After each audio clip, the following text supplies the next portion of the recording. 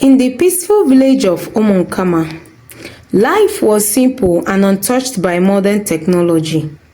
The families of Udoka and Emenike were such close friends that their children shared everything, despite the distance between their homes. Mr. Udoka had 4 children, and his third child, Ugochi, was especially close to Nnemeka, the fifth child of Mr. Emenike. All the children of Udoka and Emenike were very close, more like siblings than neighbors. But Ugochi and Nnemeka shared a special bond. They were like twins, born to different parents. They went to school together, ran errands, and fetched water from the river side by side. Wherever you find Nnemeka, you were sure to find Ugochi beside him. These two grew up in the village with their parents, living happily and becoming known as some of the most interesting and lively children in Umunkama. Years passed, and as nature would have it, growth took its place. Nnemeka was now 2 classes ahead of Ugochi. At this point, he was already preparing for his WAEC exams, while Ugochi was still in XX1. She felt bitter about the growing distance between them, not knowing that an even bigger blow was on its way. During the exam period, Ugochi did everything she could to support Nnemeka. She helped with his chores to give him more time to study, and afterwards, she will still check in on him, eager to know how well he was progressing. On the day when there was no exam, Nnemeka would walk Ugochi to school, sometimes even wait after classes so they would walk home and play together, just like old times. Finally, the exams came to an end. Nnemeka rejoiced with his mates, and Ugochi was right there beside him, sharing in the joyful moment. The joy they felt that day was pure and heavenly. But not too long after, everything changed.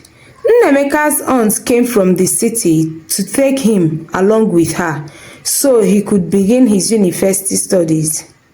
The news hit Ugochi like a storm. She was heartbroken. She never imagined that Nnemeka would live without her. Chai, she cried and cried. Friends and neighbors tried to comfort her, but her thoughts kept racing.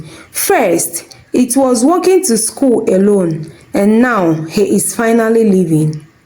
It felt like everything they once shared was slipping away. How will I cope? She wondered. Can I ever find a friend like him? Finally, the day came when Nnemeka was to travel with his aunt. Bags were packed out, laid in the open. Nnemeka was already dressed, his face glowing with both excitement and the weight of leaving home. Just then, Ugochi walked into the compound. She didn't greet anyone or pause. She walked straight up to Nnemeka, leaned close to his ear, and asked softly, "You're already dressed, so you really want to go to the city without me?" Nnemeka looked up, startled by the pain in her voice. He gazed at her, then nodded gently. "Yes, I have always wished to live with my aunt in the city, and now I will even get to study in the university." He placed a hand on her shoulder and smiled. "Don't worry, you might be lucky too. Remember, you also have an aunt in the city." Those words, meant to comfort, only made her heart ache more. Her chest tightened and her eyes welled with tears. Then came a voice from outside the gate. "All right, let's go." It was Nnemeka's aunt, ready to leave. Without saying another word, Nnemeka picked up his bag, and then his father walked alongside them. out of the compound as Ugochi stood frozen in a place, watching the boy who had been her world walk away into a future she wasn't part of. Ugochi was left with no choice but to wave through her tears as she watched them go. Days passed slowly. She was often seen doing things by herself, running errands alone and sitting in quiet corners of the compound. So one day, she went to the village river by herself. There, she saw other girls and children laughing and playing, some washing clothes, others splashing in the water. She quietly filled her keg, lifted it onto her head, and walked straight home, not saying a word. That day changed something in her. She realized she couldn't keep living like someone mourning a lost husband. She had to move on. From that moment, Ugochi began opening up to the world again. She started mingling with others in the village, making new friends, smiling more, and laughing like she once did.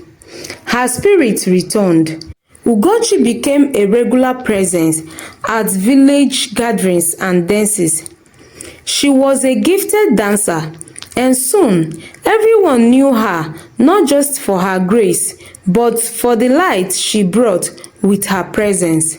Years later, after completing her work exams, luck, just as Nnemeka once predicted, finally smiled on her. She got a scholarship through one of the men who had visited her village during a festival where she performed.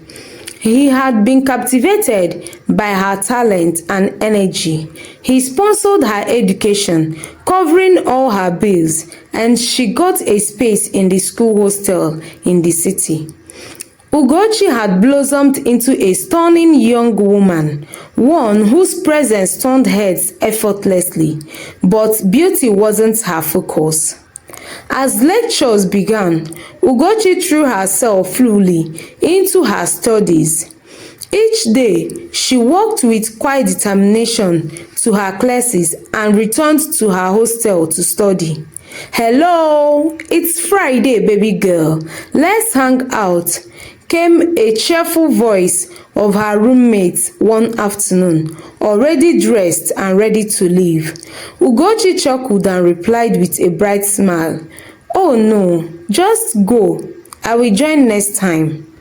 She meant it kindly, but deep down, she was focused, determined to make the most of her opportunity. People began to notice her, not just for her looks, but for her commitment.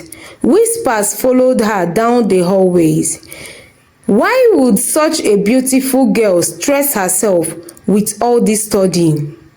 She could easily find her way out. But Ugochi wasn't interested in shortcuts. She had found herself, her strength, and her purpose. And this time, she wasn't letting go. One day, Ugochi's roommates and a group of friends gathered in her room, excitedly trying to convince her to join them for a girls' night out.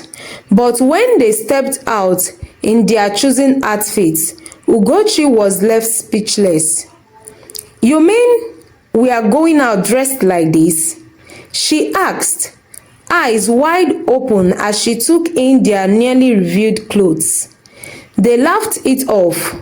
"Don't worry, Ugochi. You can always get your own outfit maybe. Next time you will come with us." They left in a wave of perfume and excitement, their laughter echoing down the hallway. After they were gone, Ugochi sat quietly, her mind replaying the conversation and the clothes. This outing might actually be interesting, she thought. So you can, however, go anyhow you wish without anyone questioning you. Wow, she whispered, half to herself. Maybe I will just go one day, just to see what they really do. That evening, the room was empty. Ugochi remained the only one in. She paced a little, glancing through the window again and again, hoping to see someone return, but no one came. If I had followed them, I wouldn't have been this bored, she thought. But where could they have possibly been this late? She sighed, stretched out her hand, and turned off the light. And boom! The door flung open. One of the girls burst in, panting like she had just run a marathon, eyes wide with fear. "Auntie, who is after you?" Ugochi asked. Concerned, but her questions were met with silence. The girl just collapsed into the bed. Ugochi decided to leave her be and went back to sleep. By morning, the girl was gone. Ugochi looked around the room, confused. She prepared, got dressed, and went to her lecture as usual. Later that afternoon, on her way back to the hostel, a group of girls from another room stopped her. "Where are your roommates? Didn't they come to lectures today?" Ugochi hesitated, unsure what to say. "I haven't seen any of them since yesterday." "Are they back?" she asked. One of the girls shook her head slowly. "None of them are coming back to that room. They are in school custody, and from what we're hearing, they might be expelled." They walked away, leaving Ugochi frozen in shock. Her feet felt glued to the ground. Expelled? How? And why? What really happened out there? The answers didn't come, but the message was clear. As she slowly made her way back to the hostel, every idea of joining them vanished, like mist in morning sun. That night, she sat on her bed in silence, not out of loneliness this time, but with a new understanding. Not every road is worth exploring, she thought. Not all freedom leads to safety. Ugochi had found her path again, and this time she wouldn't stray. Oh my God! What must have happened? Ugochi paced her room that night after hearing the fate of her former roommates. If I ever leave this school the wrong way, that's the end of my education. No way. She shook her head, a silent vow forming in her heart. Days passed. Weeks turned into months. The school eventually replaced the expelled girls, and Ugochi welcomed new roommates into her world. Her space felt different now, safer, more grounded. Years rolled by. Ugochi was now in her final year. Her dreams were within reach. She had come so far, from the girl crying at the village river to the young woman walking confidently towards graduation. One sunny afternoon, she stepped out of the campus to pick up a few items from a nearby supermarket. Her mind was filled with to-do lists and assignment deadlines, but life had other plans. Boom! She bumped into someone. "Ah, sorry," she said, but then her eyes met his. Her breath caught. "Oh my God, Nnemeka!" They stood frozen, eyes locked, heartbeats tangled in time. Nnemeka, now a well-groomed, confident man, with the unmistakable air of a city big guy, looked at her in disbelief. "How?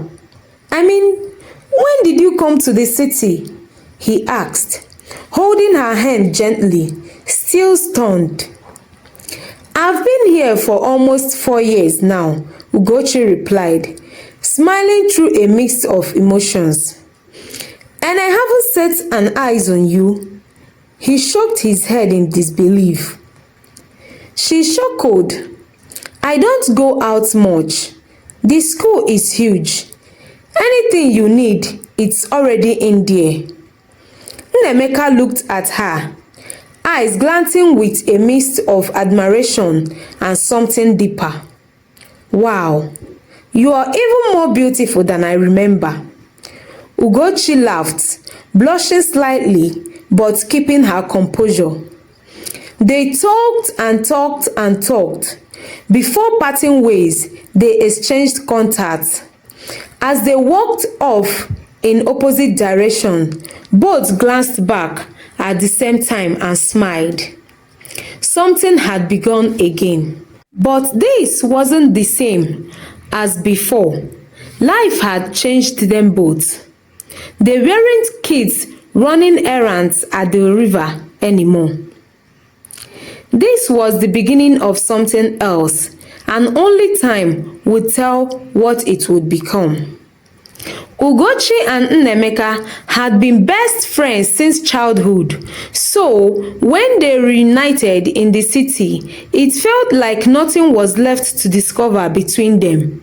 Without hesitation, they slid into a fresh relationship, this time an intimate one. Nnemeka, now one of the city big boys, was well known across town, familiar at every corner, every popular spot. And now he had Ugochi all to himself. He took her to places she had only dreamed of, luxurious restaurants, quiet beaches, and vibrant city events. Every outing was a beautiful treat. Every moment was a memory in the making. He spoiled her with gifts, things she never imagined having, fine dresses, perfumes, and thoughtful surprises. Ugochi had never felt so loved before. With Nnemeka, it was as if the universe had finally smiled on her, and she believed she had it all. Gradually, her appearance and behavior began to change. Her classmates noticed and often asked about the sudden transformation. Ugochi would only smile and reply, I'm about to graduate. Everything about me has to change, flashing them with a soft grin. The day of her final exam arrived, and she invited Nnemeka to come witness the moment. As he arrived, Ugochi fled with excitement, ran to him, wrapping her arms around him. The sight drew numerous murmurs and talks from those around. Oh, so that's the reason for the change. Afterwards, Nnemeka celebrated her as usual, taking her out and making her feel special. Their love only deepened. The two lovebirds were often seen hand in hand by the ocean side, something Ugochi had always dreamed of. Now it was her reality, and she felt truly fulfilled. Not long after, Nnemeka, with his influence as one of the city big names, connected Ugochi to a highly sought after job, one she could never have landed on her own.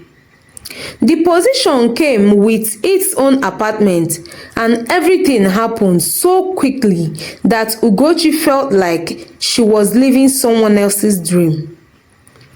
Overwhelmed and grateful, she loved Nnemeka more deeply than ever before.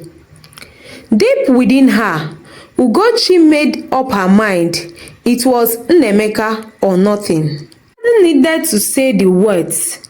His actions had already written them in the works of her heart.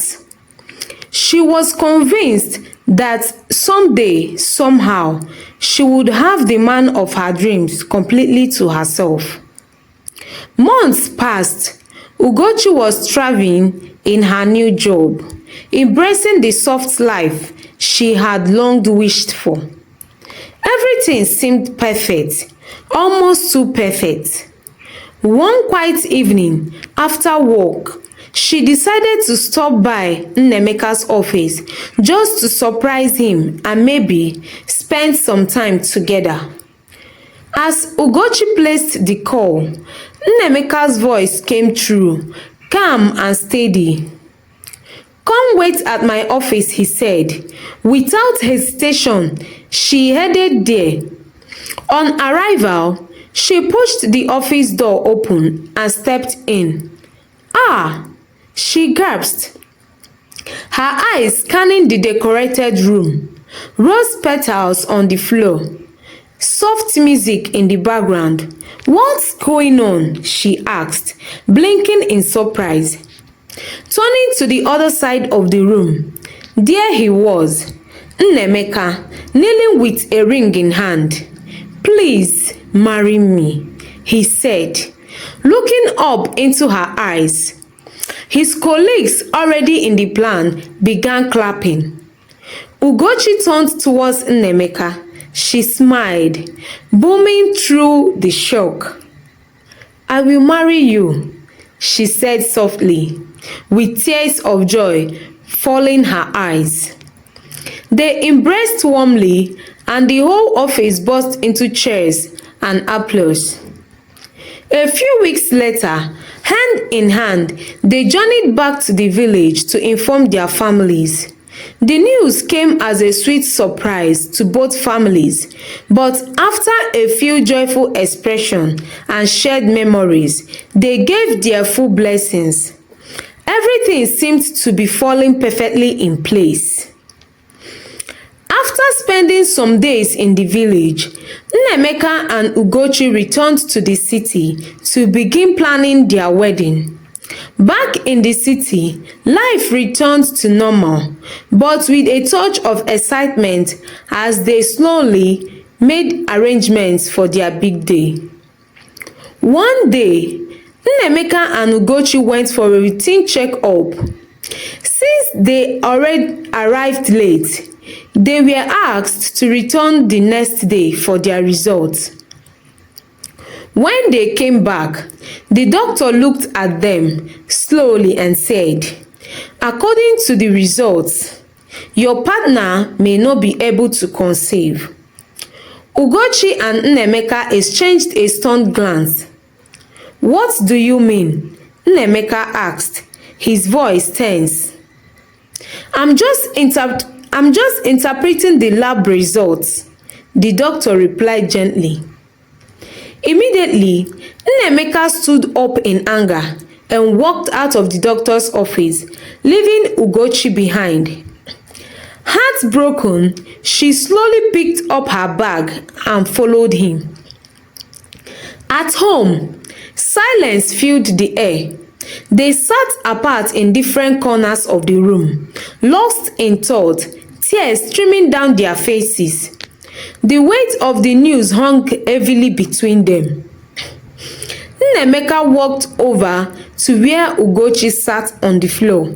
Without a word, he wrapped his arms around her, holding her tightly. "It's heartbroken, right?" she whispered, her eyes swollen, voice shaky. "Yes, it is," he replied, his voice low and broken. "I still can't believe it. But we will fix this, okay? Just take it easy on yourself." Ugochi nodded, but her heart was far from calm. A few days later, she returned to her apartment. Though she went to work as usual, something in her had shifted. She smiled less, spoke less, and each day she seemed to be slowly fading, losing pieces of herself to the quiet pain no one could see. Some of her colleagues began to notice the change. Her once radiant smile had faded into silence. When they asked if she was okay, she would force a weak smile and say, I am fine. But the truth lay in her eyes, distant, tired, and clouded with unspoken pains. She avoided conversations and kept to herself. After work, she would retire into her apartment, sinking into her own world, where loneliness echoed louder than any voice. At night, the hospital results haunted her. She had replayed them in her mind 1,000 times, asking questions no one could answer. Why me? Why now? What did I do wrong? But one evening, after crying herself empty, she made a decision. If it was true, if she truly couldn't conceive, then she could adopt. She would become a mother one way or another. And as for love, her heart still clung to Nnemeka. She loved him with the depth of her heart. Maybe, she thought, he could still love me too. We can build a family another way. Ugochi stared at her phone in disbelief. It had been weeks since Nnemeka last visited or responded to her calls. She tried to reassure herself that maybe he was just busy, caught up in his own world. But as night fell and she tried again, her heart sank when the call was straight to voicemail. Her tears flowed uncontrollably. The silence, the unanswered calls, it was all felt like a weight pressing on her chest. She had been holding on to hope, but now it seemed like everything was slipping through her fingers. The pain of feeling abandoned consumed her. Ugochi couldn't believe it when Nnemeka's phone remained off, especially with the constant power supply. She called his closest friend, but his number didn't connect either. Thinking it might be a network issue, she tried to relax and went to bed. Days passed, but she couldn't reach Nnemeka. She visited his house, but no one answered. At his office, she was told he had instructed not to let her in. Something felt wrong, and Ugochi's worry deepened. Ugochi was devastated by Nnemeka's sudden disappearance. Her mind flooded with questions and doubts. She had planned to discuss adoption with him, but now he was gone without a word. She wondered if he had ever loved her. Feeling betrayed by men, she cried. But then she looked in the mirror and reminded herself, "You are a strong woman. You can still build a successful life, adopt children, and find a real man who will stand by you." She smiled at her reflection, dusted herself off, and decided to move on, embracing her future with hope. What do you think Ugochi will do? Will she give in to pain or find the strength to move on? The answer lies in the next part of the story. Thank you so much for watching. If you are enjoying the journey so far, don't forget to like, subscribe, turn on the notification bell, and share this story with your loved ones. Until the next chapter drops, stay tuned and stay inspired. Bye for now.